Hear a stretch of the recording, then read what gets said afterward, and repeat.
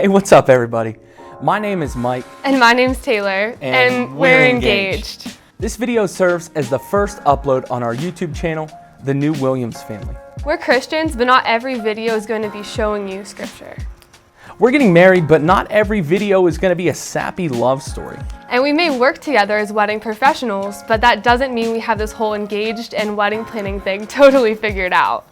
So over the next 5 months of this series, Live, Love, Learn will be a place where we talk about the challenges of this life that we're blessed to live, the mistakes we've been given the freedom to make, and the ways we learn to grow through them together every day. This episode, we're going to cover 5 tips for making wedding planning simple, the Williams way.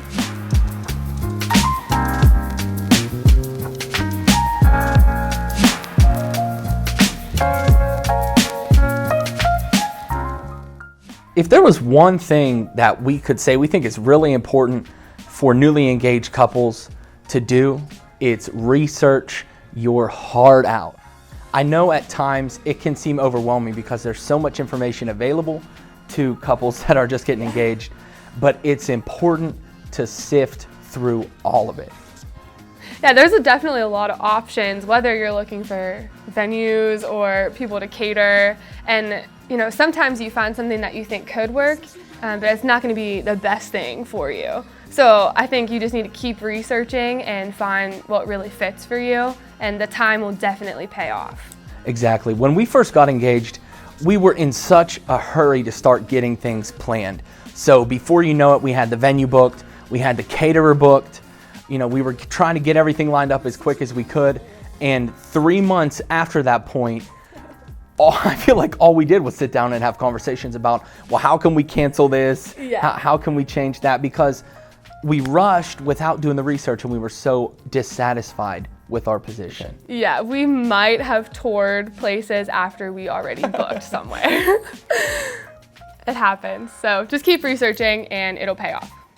All right, so tip number 2, don't be afraid to spend on your vendors. Right, so whether that is catering, a venue, whether it's wedding media, things like photo, video, DJs, I think a lot of people downplay the importance of having a strong team around you for your wedding day. Absolutely. So to some of you guys who maybe have an aunt that takes pictures at your birthday party, or to somebody who has someone they might have coached in high school football that now does DJing, we're not saying that they can't get the job done, right, but it might just not be the best option for giving you a smooth day overall. Yeah, people who are professionals for a reason. So, whatever you do for a living, obviously you probably wouldn't want just your cousin trying to do it for you while you're not there that day. And this might be a little bit of a shameless plug for our own business because we do wedding films full time, but spend the money where it counts. You only have a wedding one time. Mm-hmm. Hopefully you only have a wedding one time, and capturing the memories and seeing the day play out as you had always dreamt is something that's really important. Yeah, you know what's important to you, so just take those things, write them down, and then spend the money where you want it, because it'll be so worth it. So tip number 3, DIY is not always A-okay. For all my ladies watching, I hate to break it to you, but you are not as crafty as you think you are. I thought I was the craft queen, and I started figuring out how to make the decorations, how to make flower bouquets for all the girls, and it got a little overboard. Yeah, something that we didn't really have much experience with, but we found useful is something like Craigslist. Yeah. There have been a couple times now where we've seen people that actually had a wedding with the same theme as ours, selling decorations really similar to what we were hoping to buy in the first place. Yeah, and it's awesome because you can get them so cheap and they're already made probably even a little bit better than you could have done it. Okay, tip number 4, untraditional doesn't always have to mean unacceptable.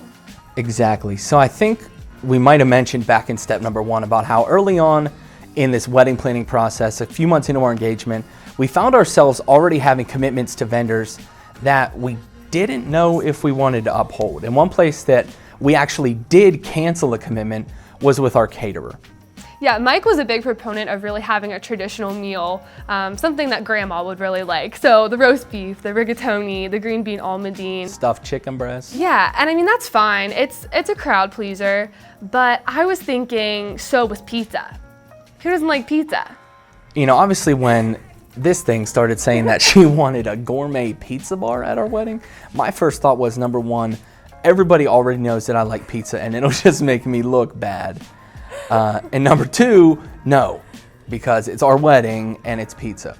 Yeah, we worried a lot about offending people. We worried a lot about if people would like the flavors we picked or the styles we chose. Right, but after finding arguably our favorite restaurant now that was within 5 minutes of our venue, and having Grandma and Mom and Dad and the whole family basically taste the food, we decided to go with a place that's maybe only catered, 2 or 3 weddings before? Right, yeah. To cater our own. And now, rather than what you would traditionally get at your average fire hall, we're having gourmet pizza, chicken wings, hummus and flatbread. Yeah, we are. And to top it all off, we're having a naked cake. Yeah, sometimes traditional things are kind of meaningless to you. So you have to just really make the day not what you think your guests would like or what the safe option is, but what will help you guys just enjoy your day. Because you're spending a lot of money on it and it's supposed to be the best day of your life, not the best day of everybody else's. Okay, and finally, guys, for tip number 5, always, always, always work together. Having good communication and working together with each other in the planning process has been something that I think is kind of imperative for us just because we're in a long distance relationship. So for a lot of people, maybe you have the luxury of getting with your significant other 3, 4, 5 nights a week and planning things out. And if you do, God bless you. And we are so jealous. Yeah. I think it would be so nice to be able to do that. But for us, something that's proven to keep stress levels low and everything running smoothly is as simple as just having a conversation every day. Yeah, and I think a big tip for the ladies is that, a lot of times we're known to kind of just throw it all together and to plan it all, but really try to include your fiance because it's your day. So, it's not gonna matter if your napkins are this size or that, or if they're this shade or that. Just don't get all caught up and don't make rash decisions just to do it. Just make sure that you're including each other always, and it'll make it a really enjoyable process. Yeah, there's definitely been times as the guy where I know I've dropped the ball. I mean, there's times that it's just not natural for me to be as proactive as she is, and that's okay. We're wired differently, but something that you need to do, especially guys listening, is just be aware throughout this process. Be open to what your fiance needs and help her when she needs it. Hey guys, thank you so much for checking out this video and taking the time to listen to our 5 tips for simple wedding planning. If you liked what you heard today, please feel free to subscribe to this channel, and hopefully we'll be giving you some more content just like this real soon.